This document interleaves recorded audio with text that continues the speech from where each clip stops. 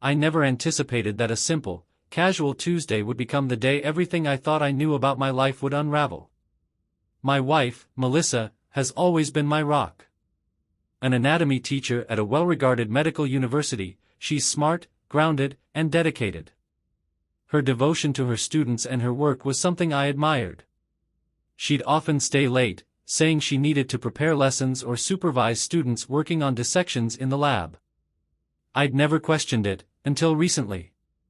It started subtly, as these things often do. Melissa began coming home later than usual, sometimes with the faintest whiff of a cologne that wasn't mine. When I asked, she'd laugh it off, saying she was around other professors or had been out for drinks with her colleagues. At first, I shrugged it off, dismissing my unease as paranoia. But as the weeks passed, I couldn't shake the feeling that something was off. One evening, she mentioned a student named Ryan who'd been struggling in her class. She told me about how he'd stay late, how she'd take extra time to help him understand complex anatomy concepts, and how rewarding it was to see him improve. I felt proud of her, thinking that she was going above and beyond to support her students. Little did I know that Ryan would soon become a name that haunted me. One Friday night, I decided to surprise her. She'd said she'd be late, preparing for an upcoming lecture. So, I drove to her campus with the idea of taking her out for a late dinner. As I arrived at the university parking lot, I saw her car parked in a dimly lit corner of the lot. There was another car beside hers, a red sedan I didn't recognize.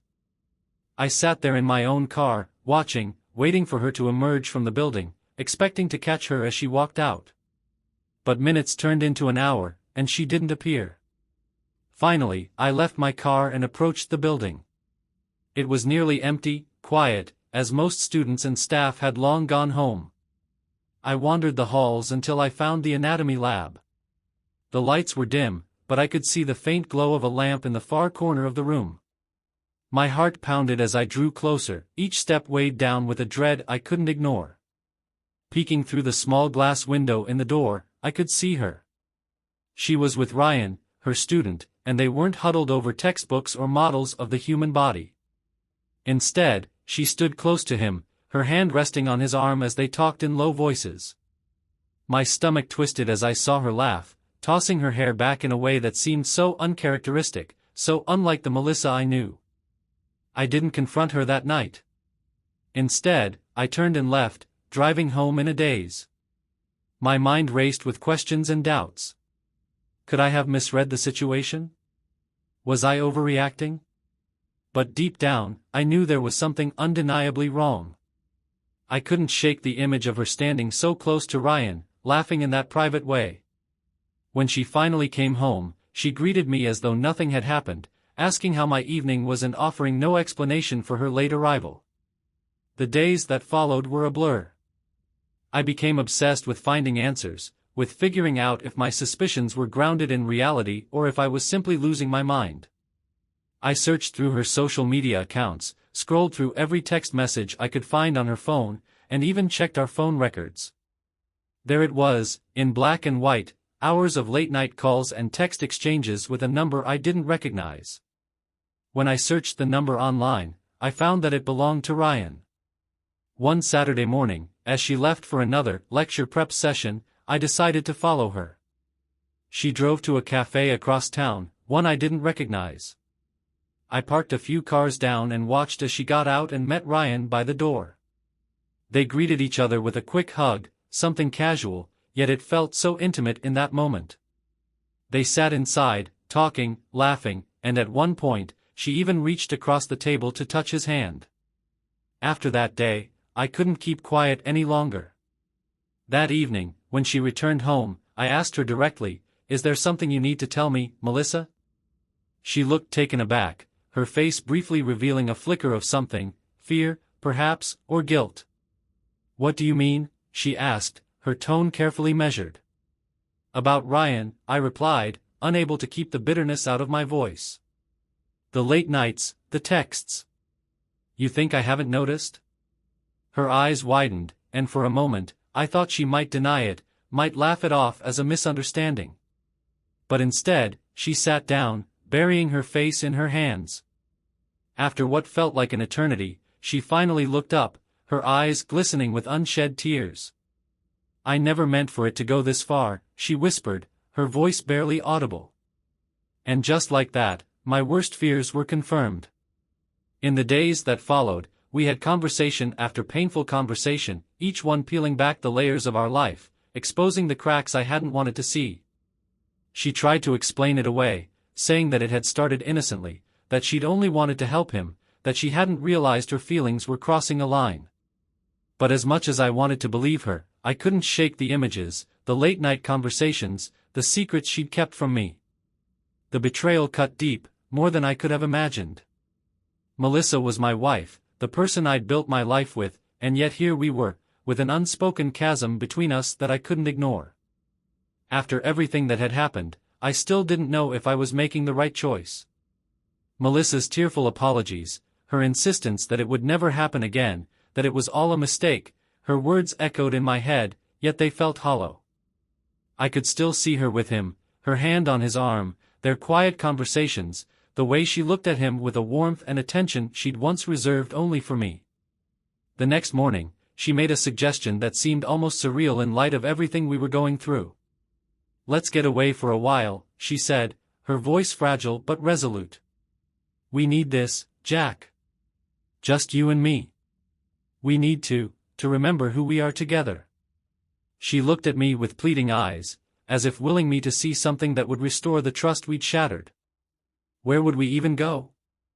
I asked, trying to keep the skepticism out of my voice, but I knew it slipped through.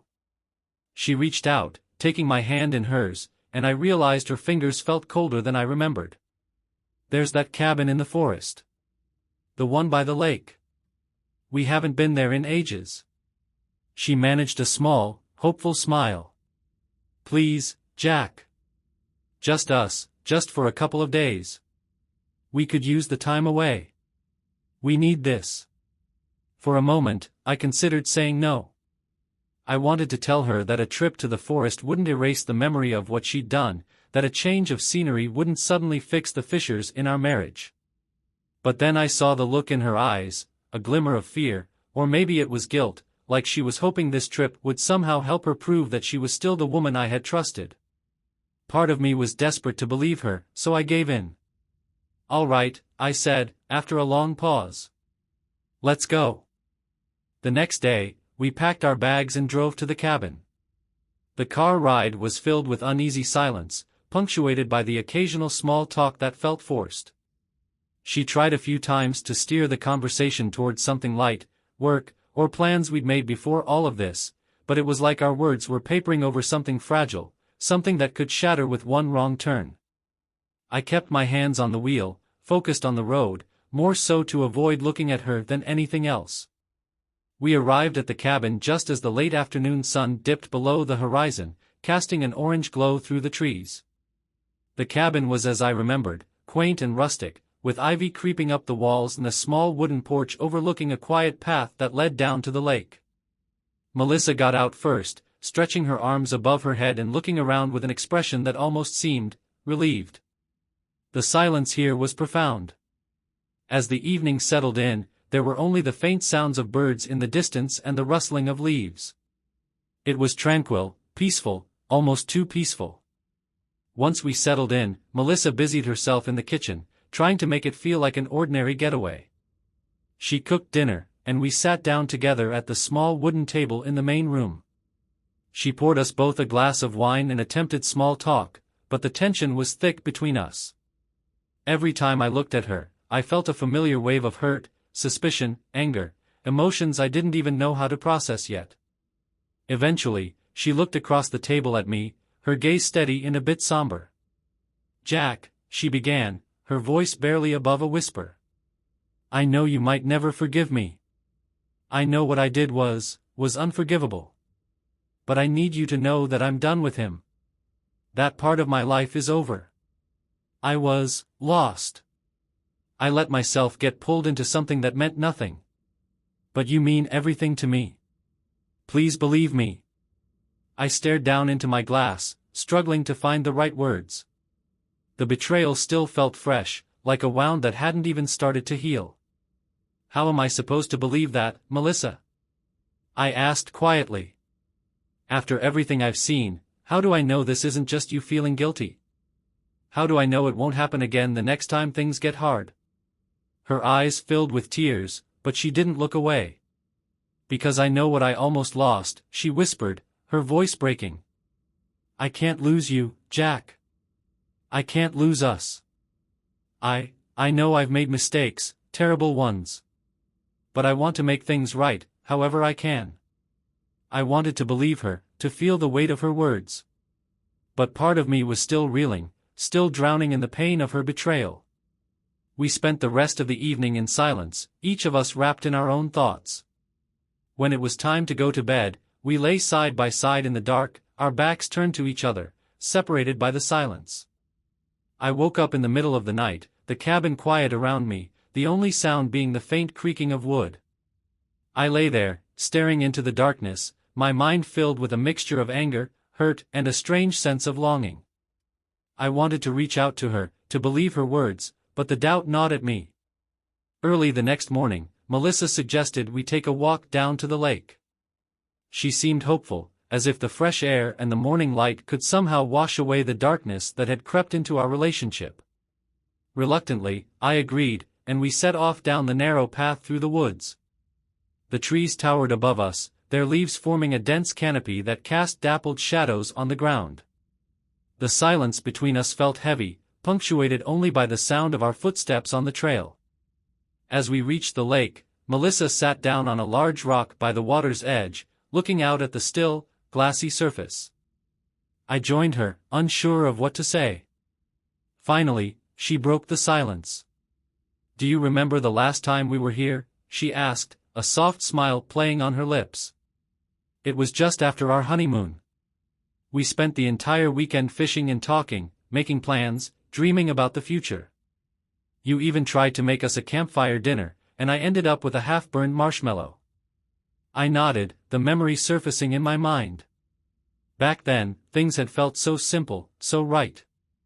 I remembered how she'd laughed as I'd struggled to make the fire, how we'd sat under the stars, our fingers intertwined. But now, that memory felt distant, like it belonged to another life. I don't know if we can get that back, I said softly. There's so much between us now. So many lies. She looked down, her face shadowed with regret. I know, Jack. I know. But maybe we can make new memories. Maybe we can find a way to start over, piece by piece. I don't expect it to happen overnight, but if you'll give me a chance, if you'll give us a chance. She reached out, placing her hand on mine. Her touch felt warm, grounding, and for a moment, I allowed myself to hope. Maybe this trip could be a turning point, a chance to find our way back to each other. Or maybe it was too late, and the trust we'd built over years had been fractured beyond repair. I looked at her, searching her eyes for the woman I'd once known, the woman I'd fallen in love with. And in that moment, I realized that I still wanted to believe in her, in us. But whether or not that was enough, I didn't know yet. The answers would come with time, but for now, I was willing to try. The memory of our time at the cabin lingered in my mind like a half-forgotten dream. Melissa had seemed so sincere, so committed to making things right. And though I wasn't certain if I could ever fully trust her again, I had allowed myself to hope, to believe that maybe, just maybe, we could rebuild. I wanted to believe she was done with him, that the cabin getaway had been the reset we needed. But as the days passed, a gnawing doubt started creeping back in, like an unwelcome shadow I couldn't shake. A week later, a feeling of unease had settled into my bones. I told myself it was paranoia, that I needed to let her past mistake go if we were ever going to move forward.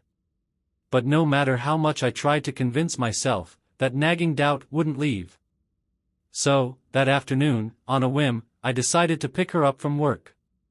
She usually finished her last class around 5:30, and I thought I could surprise her with dinner. I could already imagine her surprised smile, the way she'd laugh and take my hand. I parked outside the university's anatomy building, noting that most of the lights in the building were off. Students and faculty must have already left for the day, I thought, glancing at the clock on my dashboard. It was nearly 6, and the building was silent, with only a few dim lights casting long shadows in the hallway. I made my way down the familiar corridor toward her office. But as I approached, I noticed a faint glow from the crack beneath her door. The light inside her office was on, though dim, like someone had purposefully left it low. I felt a strange pang in my stomach, a warning that I told myself was just my imagination. But as I got closer, I heard a sound. Laughter. Her laughter, soft and almost flirtatious. My pulse quickened, and without thinking, I moved quietly, positioning myself just outside her office door. Through the narrow crack, I saw her. She was sitting on her desk, her legs crossed in a casual, almost seductive manner. Ryan was standing close to her, leaning in as she pointed to a model of the human body displayed on the desk between them. They were laughing about something, the sound low and intimate, like a private joke. She leaned in closer, pointing at the anatomical model of a female body, her finger tracing the contours in a way that felt intimate, invasive, like the whole thing had little to do with teaching. The sight of them hit me like a punch to the gut. I couldn't believe it. I felt my hands clench, my breath catching in my throat.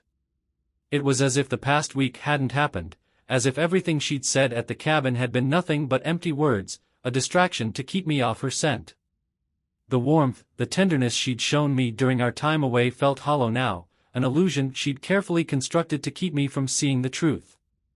I watched as she reached out, touching his arm lightly, a casual gesture that seemed loaded with unspoken familiarity. Ryan was smiling at her, his eyes flickering over her face, her hands, her body. My wife, the woman I had trusted with everything, was sitting there with another man, her body language screaming an intimacy I thought we'd reclaimed. The way she laughed, the way she touched his arm, the way she leaned toward him, all of it felt like a scene from someone else's life, yet here it was, playing out before me in vivid, heart-wrenching detail. I felt the anger surge within me, a wave of raw, unfiltered rage. Part of me wanted to burst through the door, to confront them right then and there, to let them both know that I had seen enough, that I wasn't blind to the deceit playing out before my eyes. But something held me back. Perhaps it was a morbid curiosity, a need to see how far she would go, how brazen she would be with her lies. Or maybe it was the sinking realization that this was the proof I had been waiting for, the confirmation that, no matter how much I wanted to believe her, I had been a fool all along. Ryan said something, his voice a low murmur, and she laughed, reaching out to brush a non-existent piece of lint off his shoulder. I felt my stomach twist as I watched her, every movement, every gesture filled with a calculated intimacy. She was playing a role, and for a sickening moment, I wondered if she had played the same role with me, all those nights we had spent rebuilding what I thought was our future. I stepped back, my mind racing. 1,000 questions filled my head, questions I knew I wouldn't find answers to standing in the hallway like this. My heart was pounding, my breath coming in shallow gasps as I turned away from the door. I couldn't bear to watch another second. I walked back down the hallway, each step feeling like a betrayal, a reminder of how naive I had been. I made it back to the car and sat there, staring at the steering wheel, my mind swirling with anger, pain, and a deep, overwhelming sense of loss. She had lied to me, manipulated me, and all the while, she had been hiding this affair under the guise of work. I drove home in silence, the weight of what I'd seen pressing down on me like a physical force. By the time I reached our driveway, the initial shock had worn off, replaced by a cold determination. This was it. I couldn't go on pretending, couldn't let myself be drawn in by her false promises and empty reassurances. I had given her every opportunity to come clean, to be honest with me, and she had chosen to betray me instead. That evening, I waited for her. She came home at her usual time, walking through the door with a smile, as if nothing were amiss. As if she hadn't just spent the past hour sitting with him, laughing, flirting, crossing boundaries she'd promised never to cross again. "Hey, Jack," she said, setting her bag down by the door. "How was your day?" I looked at her, my face unreadable. "It was enlightening," I replied, struggling to keep the bitterness out of my voice. She looked at me, her expression faltering for a moment. "What do you mean?" she asked, a hint of nervousness creeping into her voice. "I stopped by the university today," I said, watching her closely. "I thought I'd surprise you, take you out for dinner." I let the words hang in the air, waiting to see how she'd respond. Her face paled, a flicker of guilt flashing in her eyes before she quickly masked it. "Oh," she said, her voice a little too high-pitched. "I wish you would have called. I was just wrapping up some things with a student." "Right," I said, keeping my tone neutral. "A student named Ryan, by any chance?" Her face froze, the blood draining from her cheeks. For a moment, I thought she might try to deny it, to laugh it off as a misunderstanding. But the look in her eyes told me everything I needed to know. "Jack, it's not what you think," she began, her voice barely above a whisper. "I was just helping him study. It's nothing more than that." "Helping him study?" I repeated, my voice heavy with disbelief. "Sitting on your desk, laughing, touching his arm, that's what you call helping him study?" She looked away, her silence speaking louder than any denial could. "I trusted you, Melissa," I said, my voice raw with anger and hurt. "After everything that's happened, after all the promises you made, this is how you repay me?" Her eyes filled with tears, but I felt no sympathy. Not anymore. She had crossed a line, and no amount of excuses or apologies could undo the damage she had done. "Jack, please," she whispered, reaching out to touch my arm. But I pulled away, unable to bear her touch. "I think you should go," I said coldly, stepping back. "Take some time to think about what you really want. Because right now, it's clear to me that I'm not part of it." Her face crumpled, and she looked at me with a mixture of desperation and regret. But I had nothing left to give. I turned and walked away, the weight of betrayal pressing down on me, knowing that whatever we had was beyond repair. The anger simmered inside me, growing darker with each passing minute. Her lies, her betrayals, they played over and over in my mind, leaving me feeling hollow and humiliated. Melissa had crossed every boundary, shattered every ounce of trust, and despite all her tearful apologies, all her desperate pleas, I knew she'd never truly been sorry. The anger took on a new shape, one that I couldn't ignore. She had shown me who she really was, and it was time to show her I'd had enough. I wanted her to feel the same hurt, the same humiliation she had brought into my life. Revenge, as irrational as it sounded, was the only thing that felt right in that moment. It didn't take long for a plan to form. I knew her weaknesses, the small vulnerabilities she tried to keep hidden behind a carefully crafted facade. The first step was to make her think everything was fine, that I had forgiven her, that I was willing to move forward. I put on a mask, just as she had done, and played the part of the forgiving husband, biding my time, waiting for the perfect moment to strike.